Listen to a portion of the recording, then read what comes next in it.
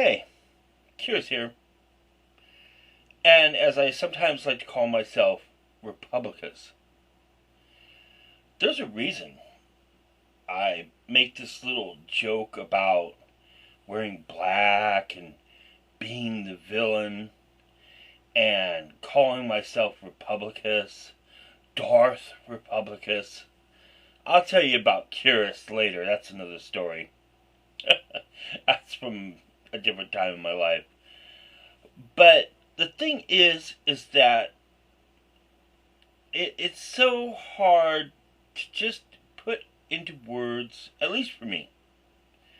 But there is a reason I do this.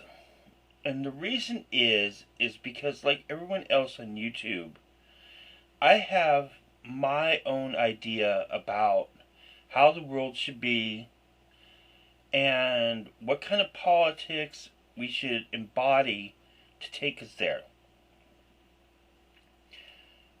Now, some of my ideas are a little self-representative.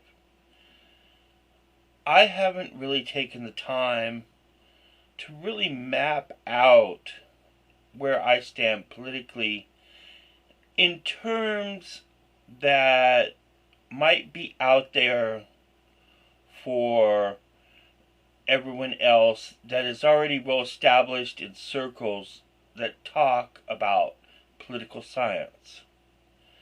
I've tried to research it, but I haven't found anything exactly close to how I see things. Excuse me a second. An itch. And I think it's important to try to express those differences because while sometimes I might not always be as clear as I could be because I'm trying to make a presentation that fits within a certain time frame of a video, and sometimes I fumble over terms and other things.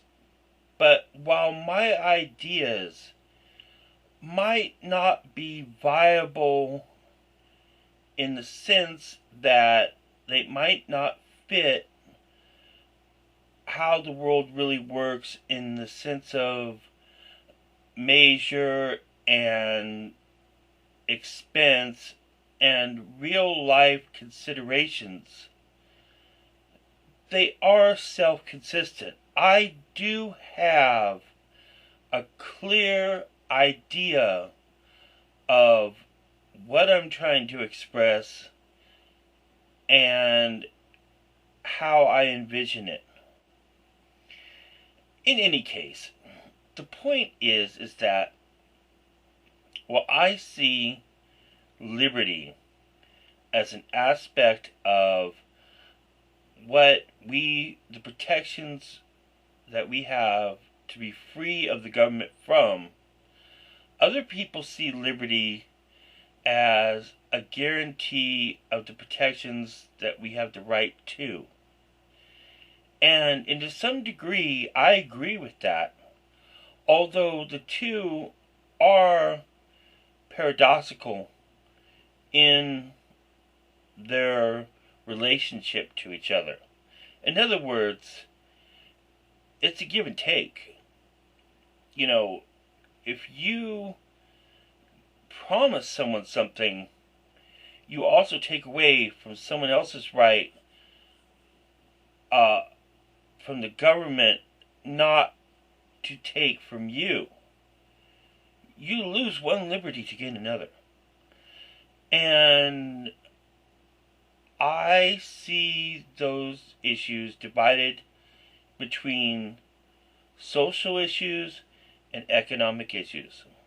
Because to me, one represents culture and the other represents class.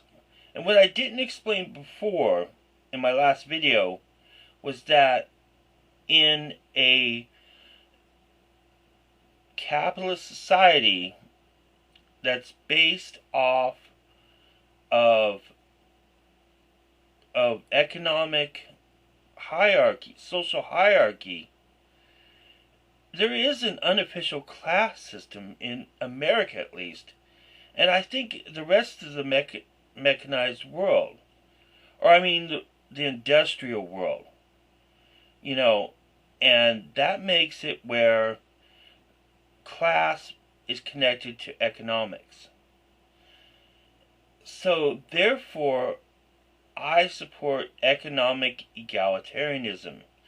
To a point, I still believe in a free market, but I believe that our social advocacy, these civil liberties, while good to a degree, are self-perpetuating, and that problem with that is that it's misrepresenting, misallocating our social capital from a representative culture to a perpetually problem-solving counterculture.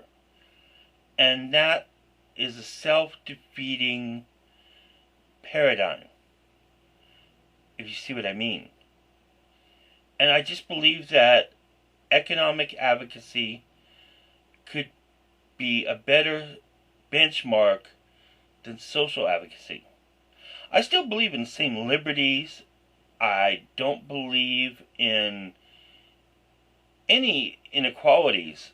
It's just I want a paradigm shift to what's manageable. And that's what I believe.